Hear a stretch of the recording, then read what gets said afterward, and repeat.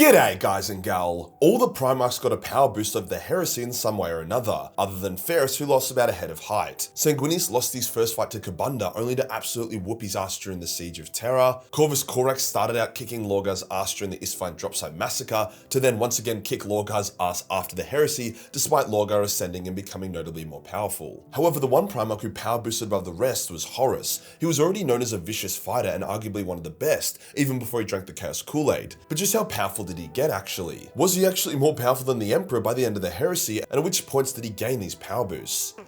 What the hell was that? Let's go investigate. For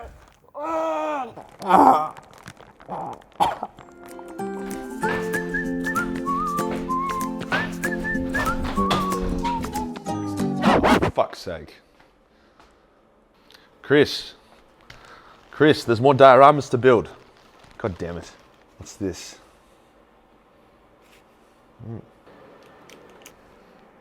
Majorkill, if you're seeing this, I'm already dead. I've had enough. I can't do it any longer. I'm building dioramas constantly. I have no food, no water. I'm done. Apologize to the members. I didn't even get to see who won. How do you expect me to do this? How? I'm tapping out. You have to find somebody else. Tell them I'm sorry. Alrighty then. Guess it's better time to make another one. Come on.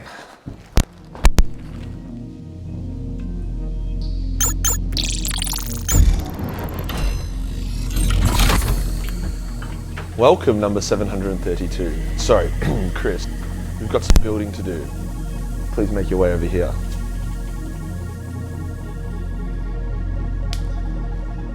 We're going to make such incredible things together.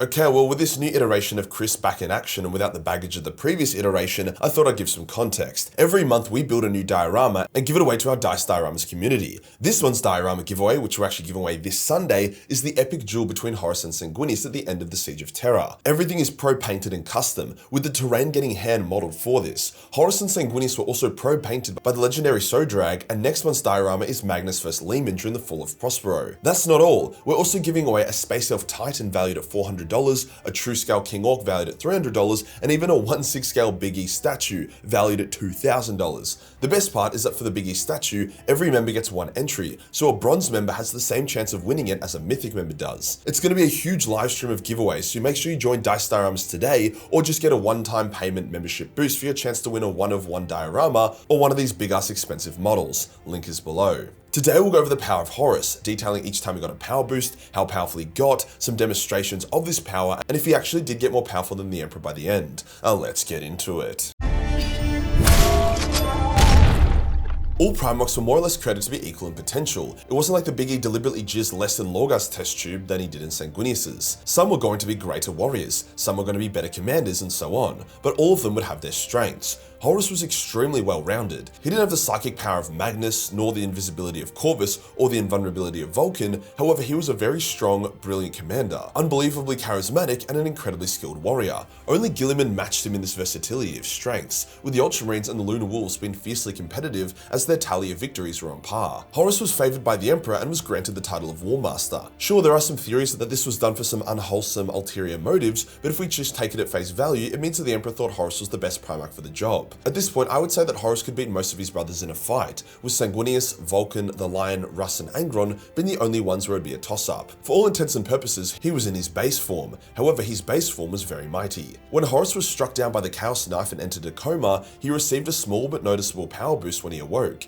This was an infusion of Chaos power that gave him a greater, more intimidating presence. He wasn't yet radiating power like some kind of god yet, but the difference was profound. At this point, he was above the rest of his brothers by maybe one or two. He also hadn't begun suffering the mental deterioration that came with embracing chaos yet, a deterioration that would cost him dearly. Horus knew that the heresy would end in a showdown with the Emperor. That is why he was seeking so much power, and that is why when he reached Terra, he did not destroy the planet and instantly win the war. He knew that the only way to truly win and cement his legitimacy as the new ruler of mankind would be to have a Mortal Kombat match with Daddy, something Perturabo found super fucking annoying and impractical. Horus was actually nearly assassinated during this time by some advanced aircraft sent by Shadrach Medusan. He, Fulgrim, and Mortarion were attacked and suffered great wounds before taking the aircraft down, showing he was still vulnerable to physical weapons at this point. Horus recalled that the Emperor gained a lot of power after he visited the world of Molech. Using his knowledge of the warp, demonic forces, and his own blanked memory, Horus knew he had to go to Molech and take this power for himself. He launched a massive invasion of the heavily defended world and once again nearly died. He was confronted by the lead knight of House Divine, who fired a deadly lance bolt at him, the kind of weapon that would melt a hole in a Primarch and genuinely kill them. Before the bolt struck, Horus's Luperci, which were possessed sons of Horus Marines, formed a shield around him, absorbing the attack.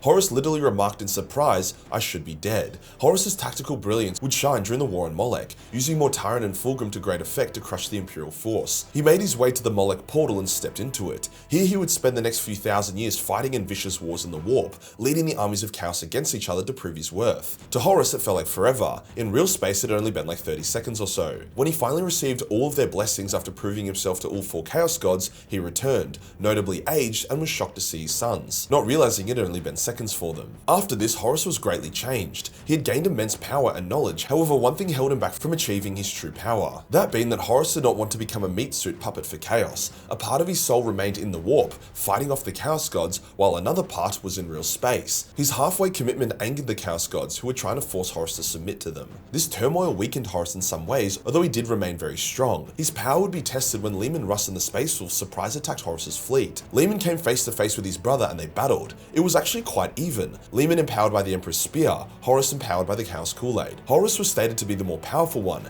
however power isn't everything, with Leman managing to pull a fast one and shank Horus with the spear. The spear had a special ability which forced the person stabbed to face the truth. The touch of chaos was temporarily banished as Horus was freed from its grip. However, even with his insanity banished, Horus was still a traitor and committed to his cause, although he was horrified about how far he had gone. This clarity did not last long though, and more so served to make Leman hesitate and not finish Horus off, as the power of chaos flooded back into Horus and then he beat Leman into a pulp, remarking that he was impressed that Leman had him at his mercy. Before the Wolf King could be slain, the Space Wolves sacrificed themselves in great number to get their lord to safety. During the duel, it wasn't like Horus was this dominant force and Russ was this bitch. They both fought like demigods of old, similar to Russ's fight with Magnus. Horus had the raw power advantage, but it wasn't enough for him to dominate, and technically Leman did win in regards to striking the first decisive blow. The wound from the Emperor's spear would plague Horus for most of the heresy. Sometimes he would randomly begin bleeding and then he would pass out and be in a coma for a while. This caused a lot of delays for the traders who were trying to handle Horus being out of action half the time. Even when Malagir sacrificed himself to kill the shard of Horus that still fought against the Chaos Gods in the warp, thus allowing Horus to be whole, Horus still wasn't quite right.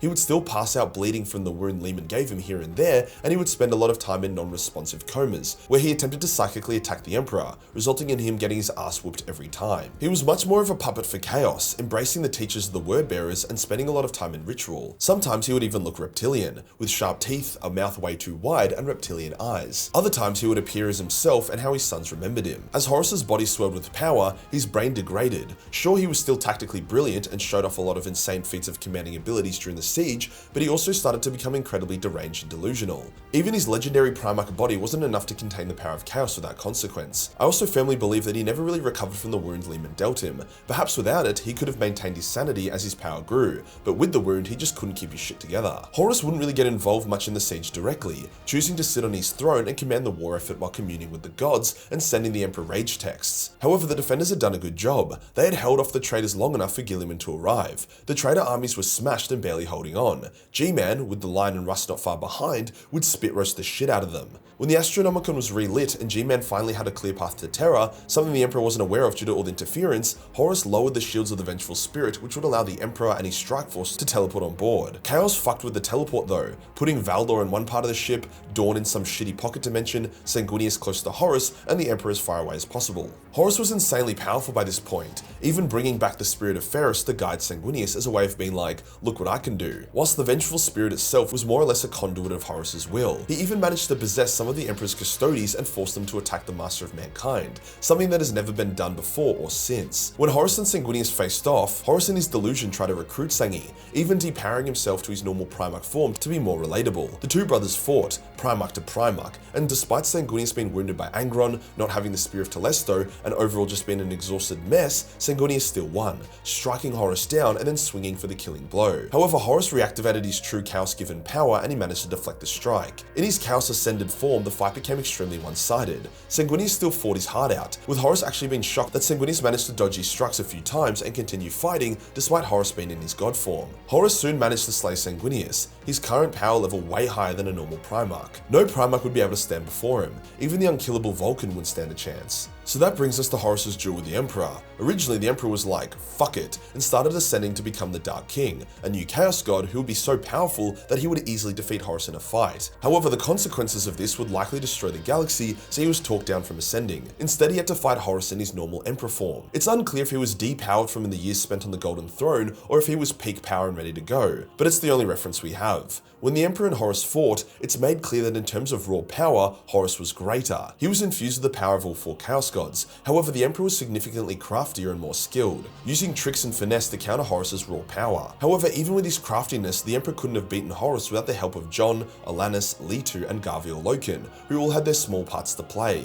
Horus was finally defeated when the Emperor summoned an illusion of Garviel, which broke through Horus's delusion and made him dispel his power. With a depowered Horus, the Emperor struck, driving a Chaos Knife into Horus and slaying him. Horus being mostly glad to be released from life and given the sweet embrace of death. We do get a lot of Horus's POV during this fight, and it really just shows how unhinged and unstable he was. It honestly didn't seem like Horus had much time either. Either his brain was going to melt or his body was going to explode from containing so much power. That's kind of how it goes with Chaos. So focused on raw power. That's why loyalist Primarchs often beat Demon Primarchs despite the Demon Primarchs subjectively being more powerful. So that begs the question, just how powerful is Horus really? Well, if we ignore the weaknesses and vulnerabilities he develops, Horus was really fucking powerful. He was basically a meat suit conduit for the full might of Chaos and could easily beat any Primarch. He also overpowered the Emperor and only actually lost due to the Emperor being a cheeky dog. We're still yet to see anyone come close to how mighty Horus was at the end of the heresy. If you enjoyed the video and you want to support the channel, then join Dice Dioramas for your chance to win a Horus vs Sanguinius diorama, a 1/6 scale Big E, a Space Elf Titan, or a True Scale King Orc, along with many other benefits. Hit the subscribe button and hit the real subscribe button for more bold content. Join the Discord for more memes and I'll see you in the next one. Peace.